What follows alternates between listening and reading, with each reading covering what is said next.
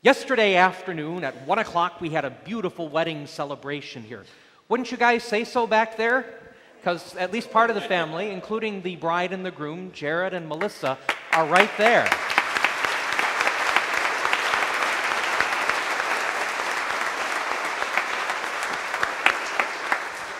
"22 hours and they're still married."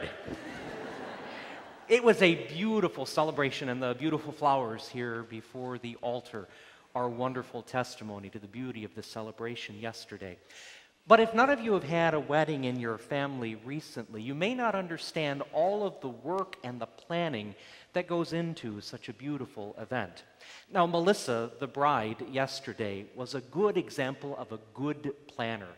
She had all of the details covered, including when I walked into the men's restroom on Friday evening for the rehearsal, and then again on Saturday for the wedding, there was a basket of toiletries right there on the counter. So just in case someone might need needle and thread. You never know, you might pop a button off your jacket. There was deodorant and hair gel and breath mints and gum and, there was a whole lot of stuff in there. But Melissa, she had planned everything. And do you remember, Melissa, I asked you Friday night, do you remember the question I asked you? Were you a Girl Scout? And she said yes. And you know what the Girl Scout and the Boy Scout motto is? Be prepared. And so Melissa and Jared were living up to that motto, and they had prepared everything. They wanted everything to be just so for their family and for their guests, for what was a very beautiful celebration. Those words, be prepared, might also be a good way of thinking about the gospel that we encountered this morning from Luke's gospel, which is actually a continuation of the gospel that we heard last week. Now, last week at the center of the gospel was a parable. Some call it the parable of the foolish rich man. You remember him. He's the guy who had so much stuff that he decided he had to tear down his old barns and build bigger barns in order to hold all his stuff. Now, he felt it was important to hold all his stuff in the bigger barns that he could build because, after all, that meant that he was blessed by God, that life was good. He could eat, drink, and be merry, and keep all his stuff to himself in the bigger barns that he was building. Of course, what he didn't count on was the fact that the Lord would call him home that very night, that he was so busily patting himself on the back.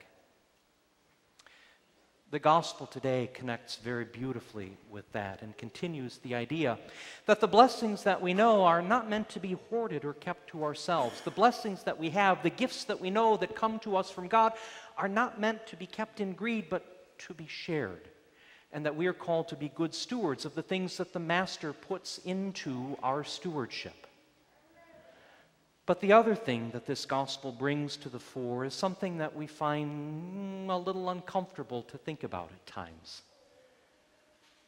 That is, that we need to be prepared, not only to be good stewards, but we need to be prepared that there will be a day when each one of us will meet God face to face. Jesus will come for us at the time of death, and we will see him face to face. Or perhaps, God willing, for some of us, we might be alive at the end of time, the end of this created world, when Jesus returns in glory and the kingdom is fully and finally established. That's an uncomfortable thing sometimes for us to think about, either our mortality or the fact that this created world is a passing reality. But it's something that Jesus reminds us that is important, and that we ought to live our lives each and every day as the good stewards of the gifts that we've been given by God, his Father, taking care not to keep those gifts to ourselves, but to share them in the ways that they're meant to be shared. There was a woman who a number of years ago, like so many young people, went off to New York City, hoping for fame and fortune. She was hoping to strike it rich and to make it big in New York. Well, after about 6 weeks' time, when the strike it rich and the make it big did not seem to be possible, she suddenly discovered that the job that she'd gone to New York for evaporated, was gone. She was let go. She didn't have money now for rent or for food, and she was hungry, and one day as she was walking along the street in New York, she happened to spy a small restaurant and walked through the door. She went up to the counter and asked the man at the counter, "Sir, would you make a sandwich for me? And if you do that, I'll spend the rest of the day here at the restaurant and I'll wash dishes in repayment." Well, the man made a very large sandwich for her.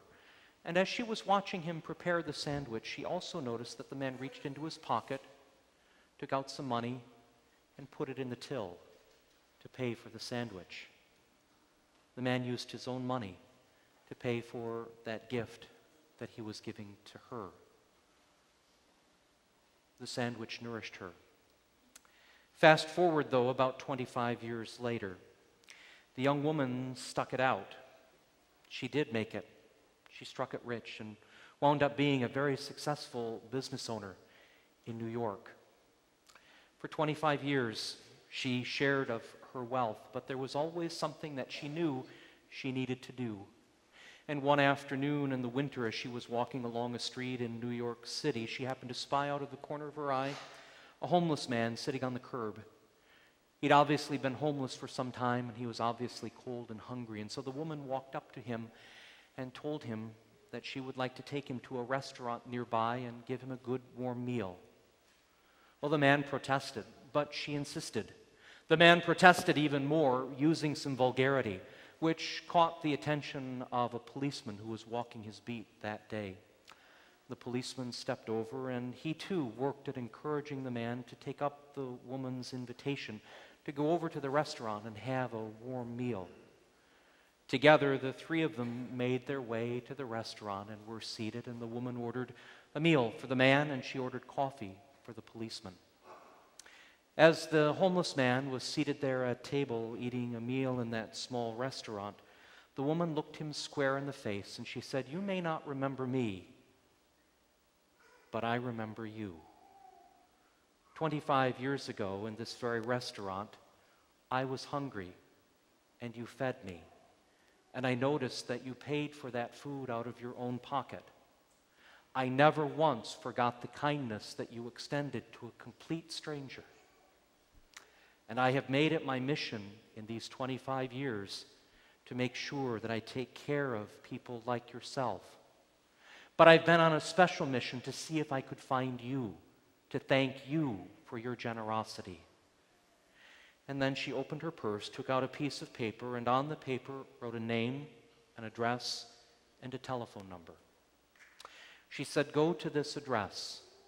There you will find at my office a man named Fred. Fred helps to take care of things around our office building. Fred will give you a job, and Fred will also give you an advance on your wages so that you might have a place to live." What a wonderful way of repaying a gift that she had been given so many years before. What a wonderful way to be a good steward of the gifts that she had been given, working hard to pay forward and to pay back the generosity that she had been the recipient of once upon a time. That story and Jesus' challenge to us in the gospel this morning, first of all, calls us to think, how are we in terms of saying thank you to God for the many blessings that we know? How are we at saying thank you to the people around us for the blessings they share with us? How are we at working hard to use the blessings that we have to help those who are in need, to cooperate with God's grace, to use the gifts He gives us to be good stewards of this creation that He gives us to help His kingdom move just a little bit more fully and firmly into the world? But it also should help us to bear in mind that we need to be prepared, that there will be a day when we stand before the Lord and He looks upon us and we upon Him. And we should hope, and we should pray, and we should act, so that when the Lord greets us, He might say to us, as He says to the good servant, "Well done, good and faithful steward."